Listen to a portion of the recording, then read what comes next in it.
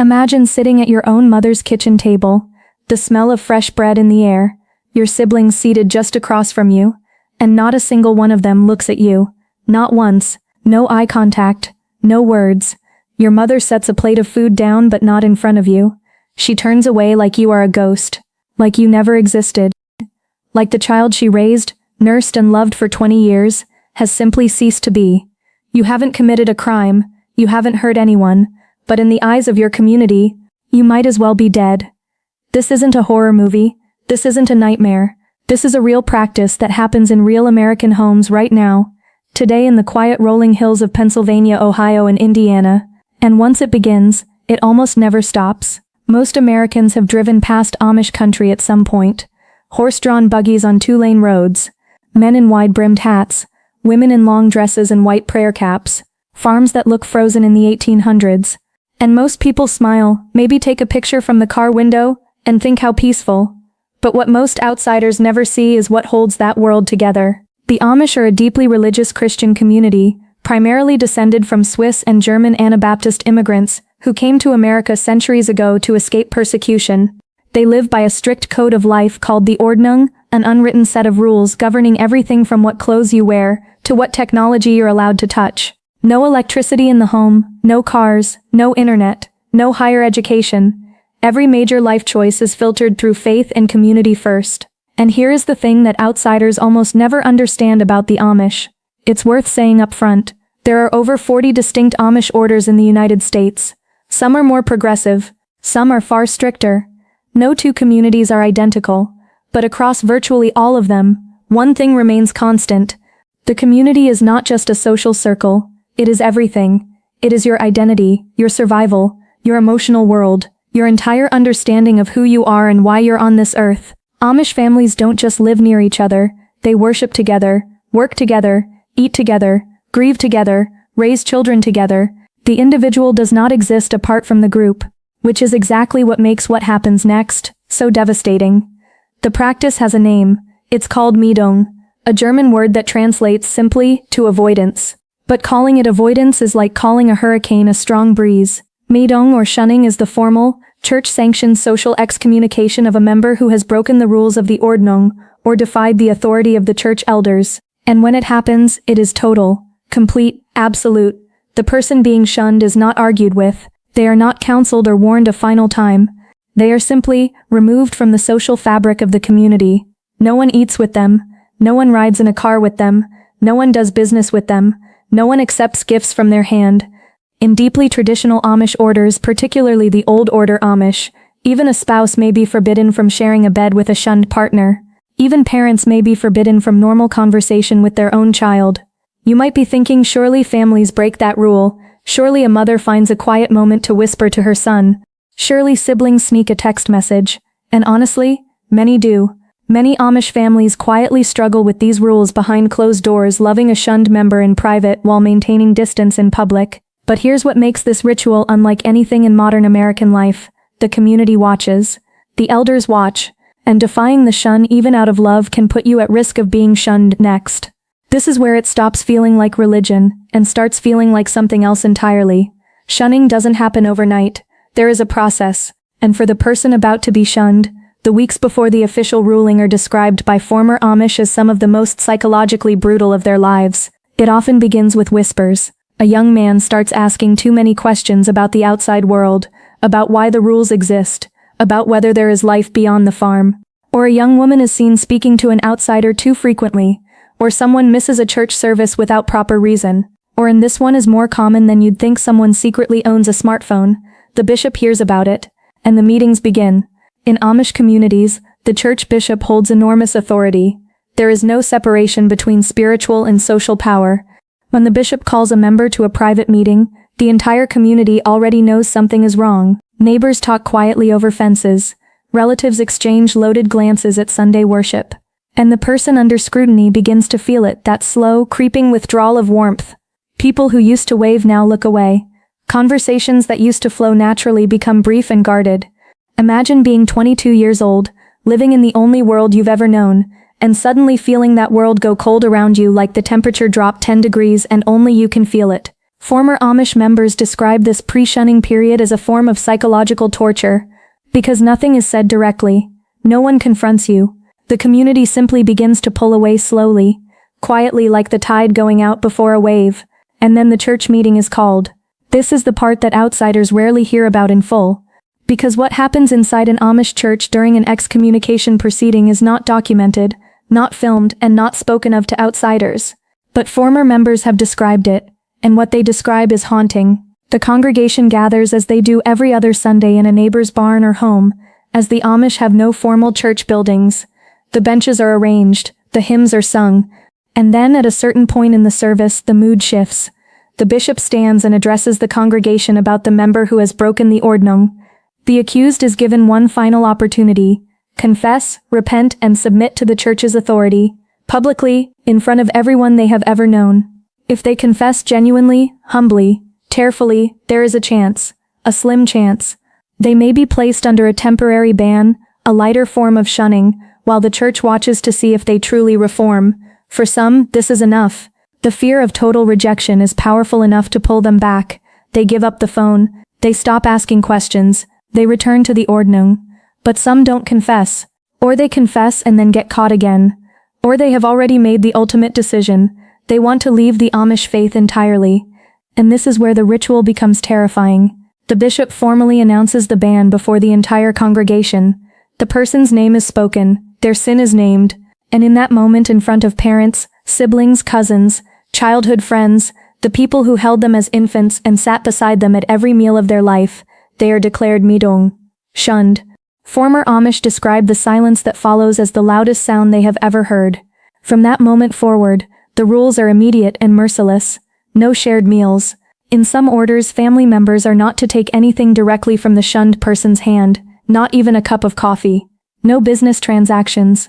No accepting rides. In the strictest orders, a shunned husband and wife may be required to sleep in separate rooms, because the marital bond is considered secondary to the church's authority. And perhaps worst of all, when the shunned person walks into a room full of the people they love, those people look straight through them. Not with hatred, not with anger, with a calm practiced blankness, as if they are furniture, as if they are air, as if they never existed at all. Let that sit for a moment, because this is the part of the story that changes people. We're not talking about strangers. We're not talking about distant acquaintances. We're talking about fathers and sons, mothers and daughters, brothers who shared a bedroom their entire lives, sisters who braided each other's hair every morning before school. Imagine being erased, without dying. When a child is shunned, even an adult child, the Amish parent does not get to choose between their faith and their child. The community makes that choice for them, and many parents, raised from birth to trust the church above all else, comply. Not out of cruelty, out of the only framework they've ever known. And here's the part that almost no one talks about. It damages both sides.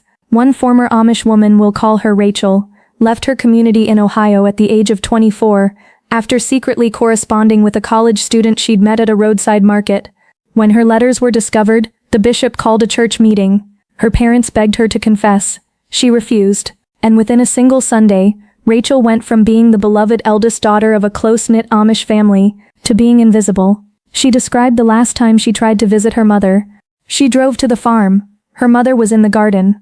Rachel called out to her. Her mother, the woman who had held her hand through every illness, who had sung hymns to her as a child, who had wept at her baptism, slowly turned her back and went inside, without a word. Rachel sat in her car for 2 hours. She said she couldn't move. She said it felt like dying. But here's what makes it even more heartbreaking. Her mother was crying too. Rachel could see it through the kitchen window. Her mother was standing at the sink, shoulders shaking, weeping, and still, she did not come back outside, because loving her daughter and obeying the church were no longer the same thing. Stop, think about that for a second. A mother weeping at her own kitchen sink, choosing doctrine over the child she carried. That is not a movie. That is not ancient history. That is happening in America, right now, in towns with zip codes, and that right there, that impossible, excruciating moment, is the true cost of Meidung. Stories like Rachel's are far more common than most Americans realize.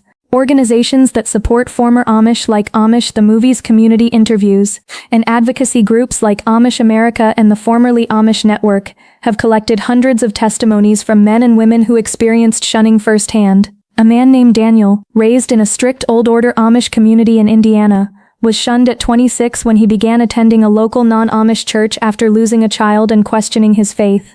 He described showing up to his parents' farm 6 months after his shunning, and his father, a man who had never once in Daniel's memory turned away from his family, pointed silently toward the road. No words, no anger, just a pointed finger. Leave. Daniel said he walked back to his truck and felt something break inside him that he doesn't think ever fully healed.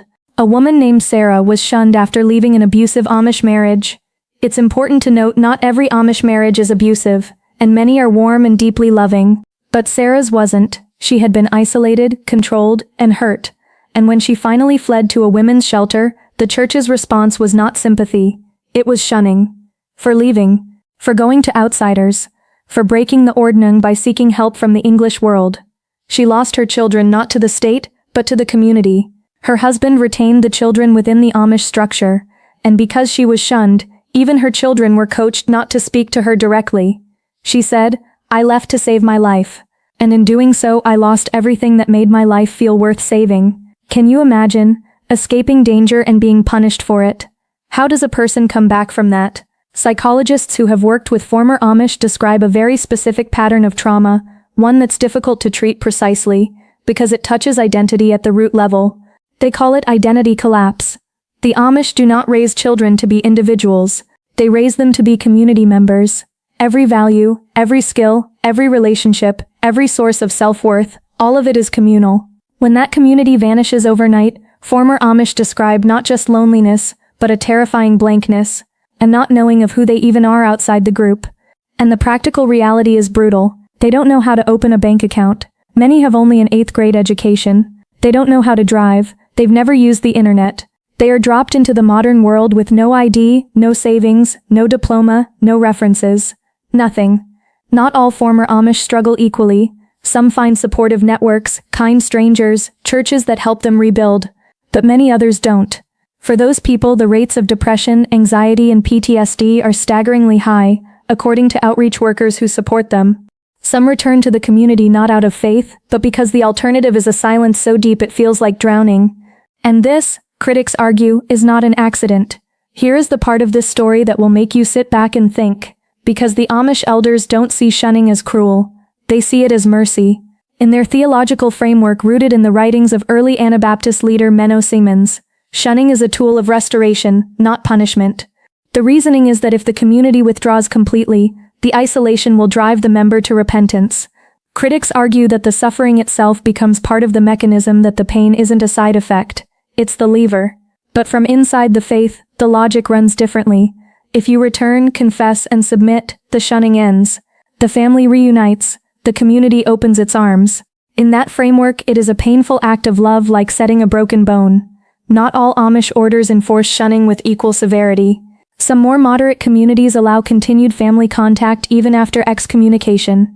It's a genuine theological fault line, one that has split Amish and Mennonite communities for generations. But in the strictest orders there is no middle ground, and beneath the theology there is something else. Former Amish leaders, those who have themselves left the faith in old age, have spoken about it quietly. The Amish way of life is extraordinarily fragile in the modern world. One smartphone can fracture a family. The outside world is loud, colorful, stimulating, endlessly seductive to young people raised in silence. Shunning is not just a spiritual tool. Critics argue it is also a structural one, making the cost of leaving so high, so personal, so permanent, that many simply cannot bring themselves to pay it. Not chains, not locks, but the faces of every person you have ever loved, turning away, forever. That is a more powerful deterrent than any fence. And so we return to that kitchen table, to the smell of bread, to the mother who cannot look at her child. The Amish are not monsters. They are human beings living inside a system so total, so all-encompassing, that love itself can be overridden by obedience. Most Amish parents who shun their children are not doing it with joy. Many do it with devastating grief and the firm, terrifying belief that it is the only way to bring their child home. Some, it must be said, eventually break. They show up, they call, they find a way, quietly, to reach across the silence. The human impulse to love a child is difficult to kill entirely, even with centuries of doctrine behind it, but many others never do. Whether shunning works is another question entirely. For every former Amish person who returned, confessed and rebuilt their life within the community. There is another who drove away from that farm and never looked back, carrying every face they left behind, every turned shoulder, every silent meal, for the rest of their lives. Researchers estimate that between 10 and 20% of Amish youth who go through Rumspringa, the period of limited freedom given to teenagers before baptism, choose not to return. Those who then get baptized and later leave face the full weight of Meidung. Thousands of Americans are living with that weight right now. In apartments and shelters and small rented rooms, trying to build a life from scratch because the family they had exists inside a world that no longer acknowledges them. For the Amish, losing electricity is nothing. Losing your family is everything.